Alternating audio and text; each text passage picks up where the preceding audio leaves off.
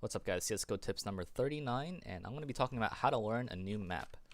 Inevitably with new maps comes having to learn those new maps if you want to play them, especially if you are a competitive person like I am, and having a process or a list of things to go through when you do learn a new map is going to help you learn the map a lot quicker than just jumping straight into it and trying to figure things out on the fly. So the following is going to be my structure and my thought process on how I learn the map, and I'll have a general note based text description in the video description below, so you can kind of just look at that really quick as you look at a map of your own.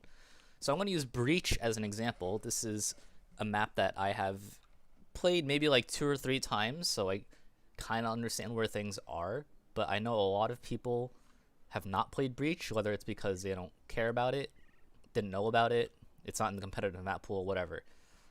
But I have played this for the operation, the Shattered Web operation, and just through running around the map, I kind of learned a few things, so I'll take you through my thought process. So the first thing that I'm going to be looking at are general routes. Basically, I'm trying to formulate a picture in my head of where things are based on where you are on the map. And I like to break this down into 3 steps, with each step having a few sub-steps. So the first thing I'll do is T-spawn to A, and then to B, and then to mid. So T-spawn A, T-spawn to mid, T-spawn to mid. You don't have to start T-side, I just choose to start T-side. So I'm going to look for, let's say, T-spawn to A first, as that's what I have written down. So this is towards A, so let's look around, walk around. Okay, so this looks like your first area, and then you're going to come out here, and you have a door here, you got a little corner here. I'm already starting to get into the smaller details, but that's okay.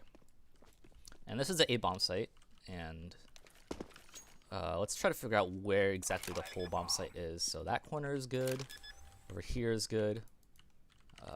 Let's see. Okay, so the bomb site ends about here, and I assume you could plant inside as well. Yep. Can I plant on the ledge here? No.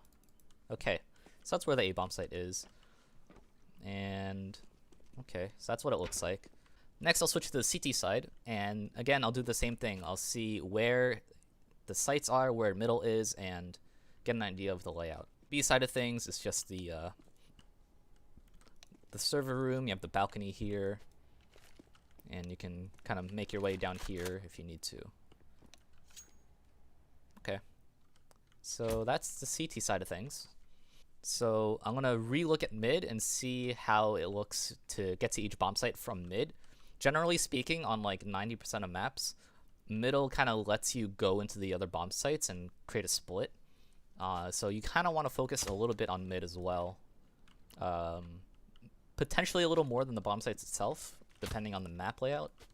But I already have seen this, and I kind of know going deep into mid is a little scary, specifically this white hallway here.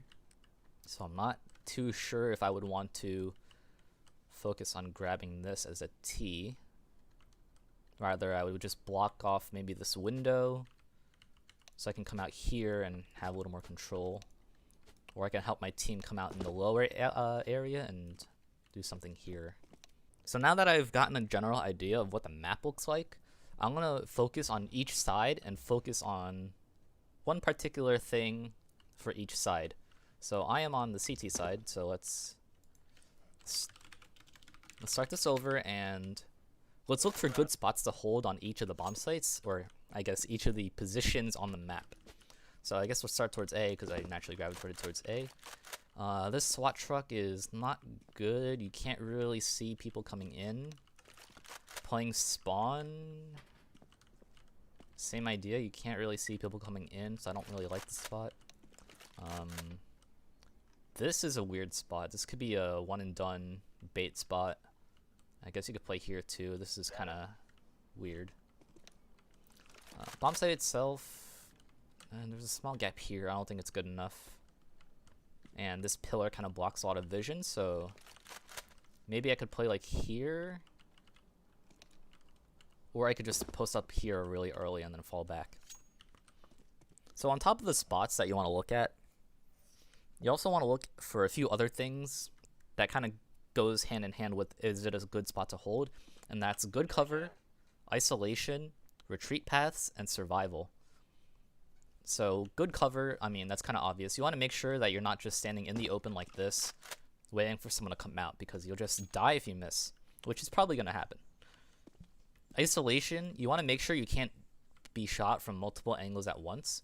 So for example, if I were to play up here, I could get shot from this mid window here, or this middle hallway here, if the T's get control of it, obviously. So I wouldn't want to play here more often than not. Shut up, bot.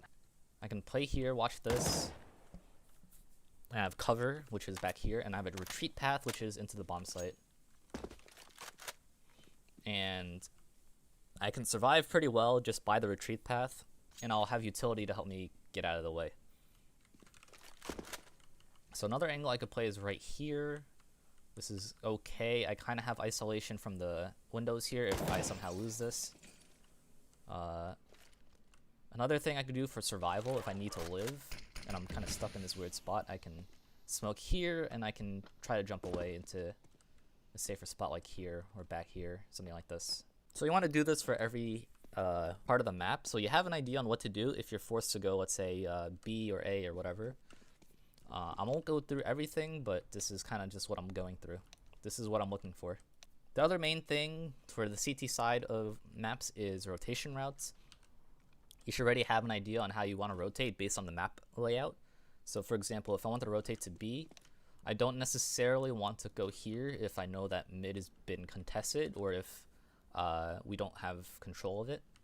So a safe rotation route would just be this way through CT spawn into the server room or into the balcony here. Now for the CT side of things, it's a little different. Instead of looking for spots to play, you're kind of looking for areas that you get for free. So kind of like B main on cache, you kind of just have that space to work with without the CTs being able to contest you. You want to look for the same idea here. You want to see how far you can go before you start to fight people or need to make contact with an enemy. So I would say about here is where your first contact will be as AT, and this area you can kind of hold on this little catwalk thing here. You kind of have this kind of room. You can hide here, or you can play even farther back. You could play in this corner, catch people off guard, play on top of the truck, and look for people's feet as they try to push, if they do decide to push. So this is the staging area, if I didn't mention that already. This is what I already control, and this is kind of what I have and will need to fight for if I need to fight for it. So this, for example, this outside area is something I would need to fight for as a T player towards the A side of the map. You want to look at this for every part of the map, and whoa, you want to make sure you have an idea on what you should be doing and what is and is not safe to go to without having to fight someone for it. Next up, I'm going to look at utility. I want to see what nades I can throw to help me take the bomb sites or help me take control of some part of the map. One example of this I have done before is in mid. I found out that you can smoke the window over there by getting to this corner and then aiming, I think it's here between the tree and the edge of the window. Yeah, I figured this out because I realized that when I come mid, I'm always worried about this spot here. So I want to cut off as many angles as possible so I can obtain more map control. I also could just smoke the end of the entrance. I would probably do something like this. I could smoke the end of the hallway and then fight the window. And do something along the lines of this if I wanted to. But I found this to be more effective because I can throw that, immediately come here to this alley. And now that the window is smoked off, I have a much easier time getting into the B bomb site, or into the door area of B, which allows for a B split. So that's the idea. You're going to look for utility that you can throw very reliably and that will help you take the bomb site. And you just want to do it for both sides as well, not just T side. So if I was a CT and I was, let's say, playing the B bomb site, I probably would want to smoke this area off here, this entrance, so that the T's can't just blindly rush in without running through a smoke. So finally, you're gonna incorporate all of the things that you've kind of went through in sort of one motion, so to speak, and I'm gonna call this section dry running because you're pretending that you are playing a real game. You're going through the motions of defending or attacking and getting control of parts of the map, etc., etc.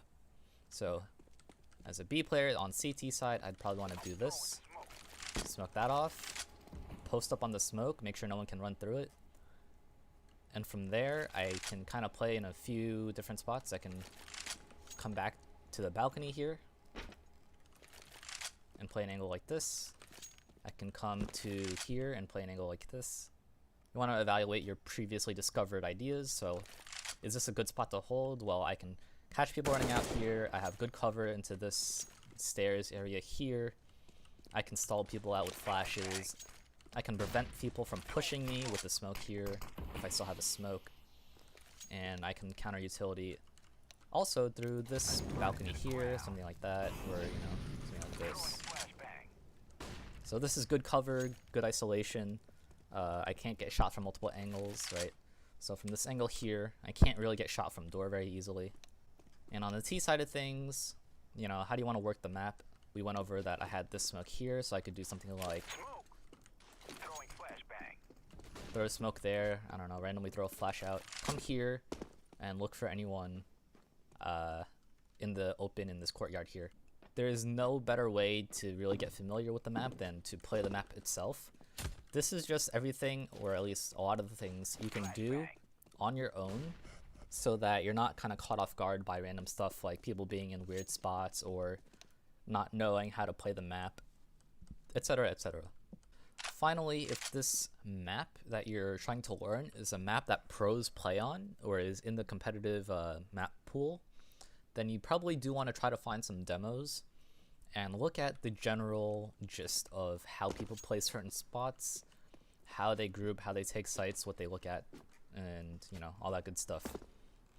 This is something I did with Vertigo when it first came out. I was trying to figure out how to play the map on the off chance I needed to play the map. Turns out I didn't really need to play the map, but it's just something good to know, and pro demos are definitely going to be something useful to look at because they are the ones practicing this game and probably the maps for hours and hours every day. And don't be afraid to look at lower level demos, like not tier 1 CS like Astralis, Liquid, Fnatic, Mousesports, etc. Don't be afraid to look at like lesser known teams like Pact, Ectina Pact, I think their name is, Movistar Riders, Tyloo. Don't be afraid to look at those teams and their demos and try to figure some stuff out too. Having any information on the map is going to be useful, even if it's not the highest tier of play or if it's not the cleanest level of team play that you'll find in the demo. So anyway, thanks for watching, and like the video if you like the video.